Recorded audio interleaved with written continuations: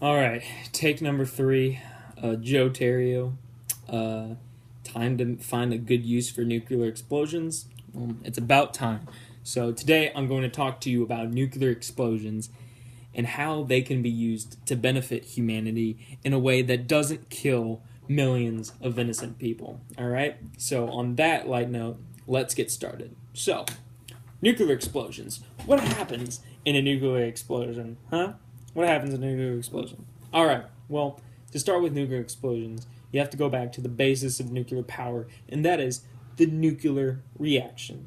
The reaction that happens in the nucleus of a cell at the point that causes energy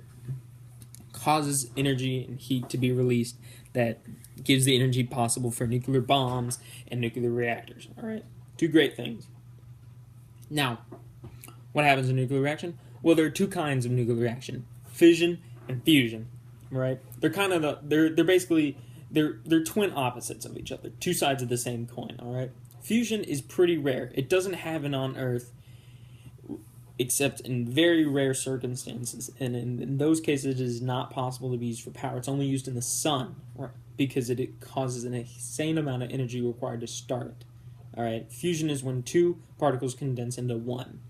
Two hydrogen condense into helium in the sun to form the immense heat in the core that lights up our world. So I'm not going to stay too much on fusion because I realized I'd take a lot of time to say what I want to say, so I'm going to go straight to what I want to say, which is about nuclear explosions. And those are always fission. Nuclear fission, all right?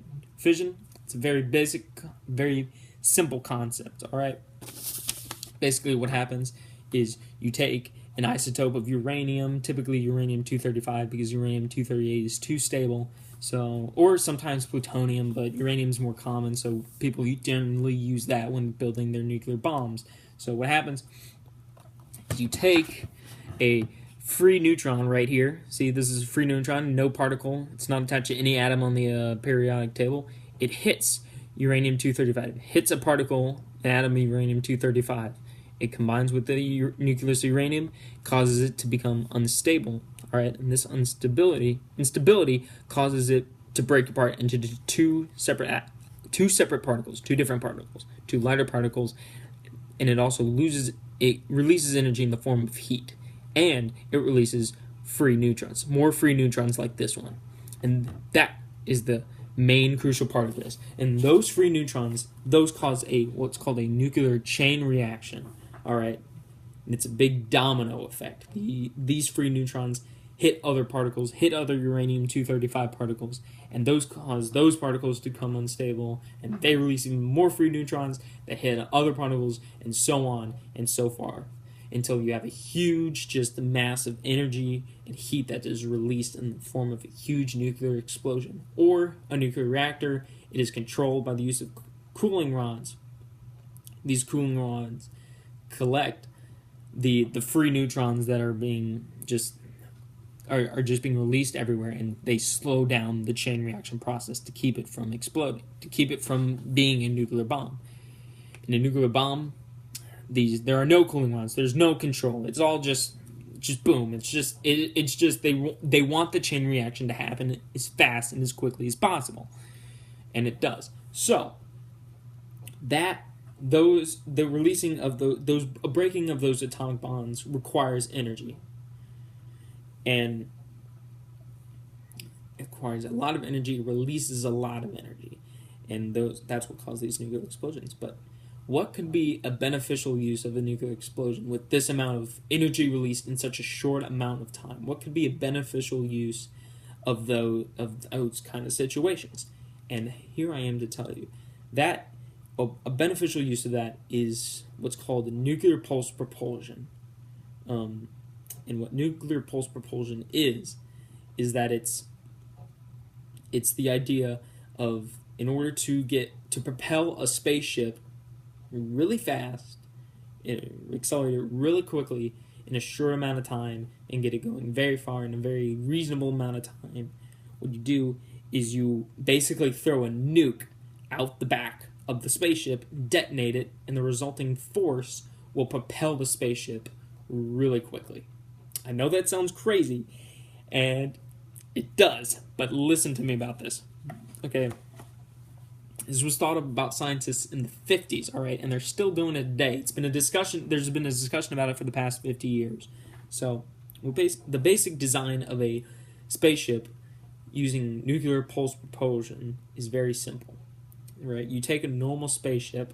There's no fancy materials involved. That's the benefit, is that it could be used with today's technology. In fact, it could have been. They were talking about in the 50s. They were talking about it could have been built adequately with 50s technology. So you take the normal spaceship, you remove the normal rocket booster at the end of the spaceship. You don't need that. You remove it. Instead, you replace it with the dual system of a pusher plate, of a hemispherical solid metal pusher plate designed to collect the energy from the nuclear explosion, all right?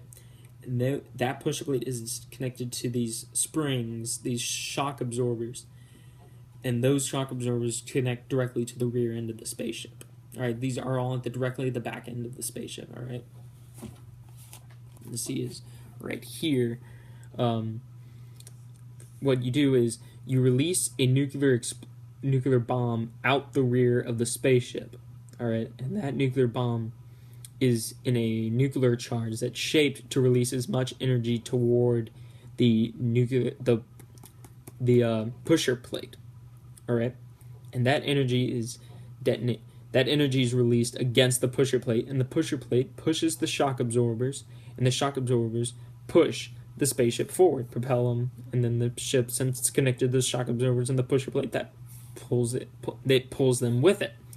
And so these bombs are released about intervals of 1 second. So if you're riding in one of these spaceships, you are basically being nuked every other second. So any volunteers? Yeah. Thought not. Anyway, it's actually very basic physics involved in this procedure.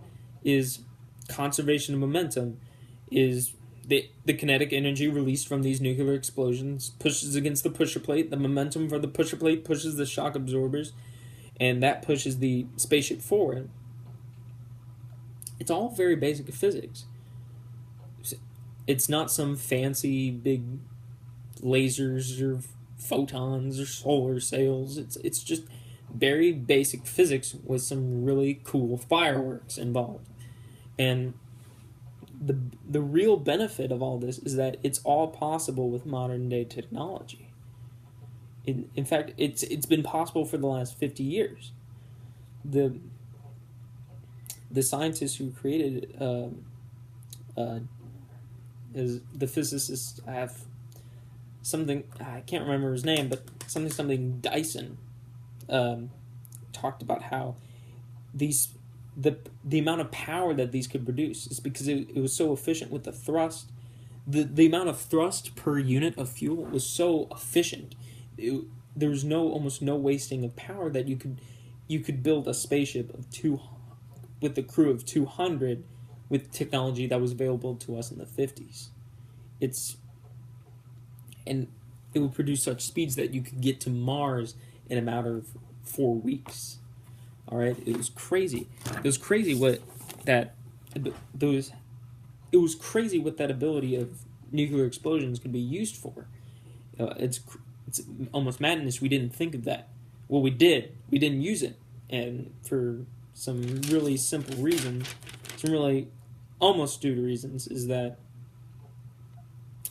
Partial Test Ban Treaty of 1963 said you can't blow up nukes in space because arms race scares. Well, this would have been an adequate use for it, and we almost got through with that, but then the Soviets stopped us, and so that was all crazy. And it was like, of course, the Soviet Union has to ruin our fun.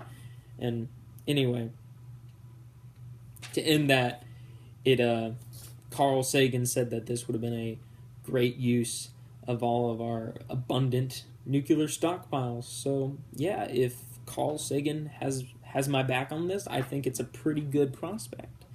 So yeah, that is nuclear explosions in a nutshell, and a beneficial use of humanity for these nuclear explosions. Thank you.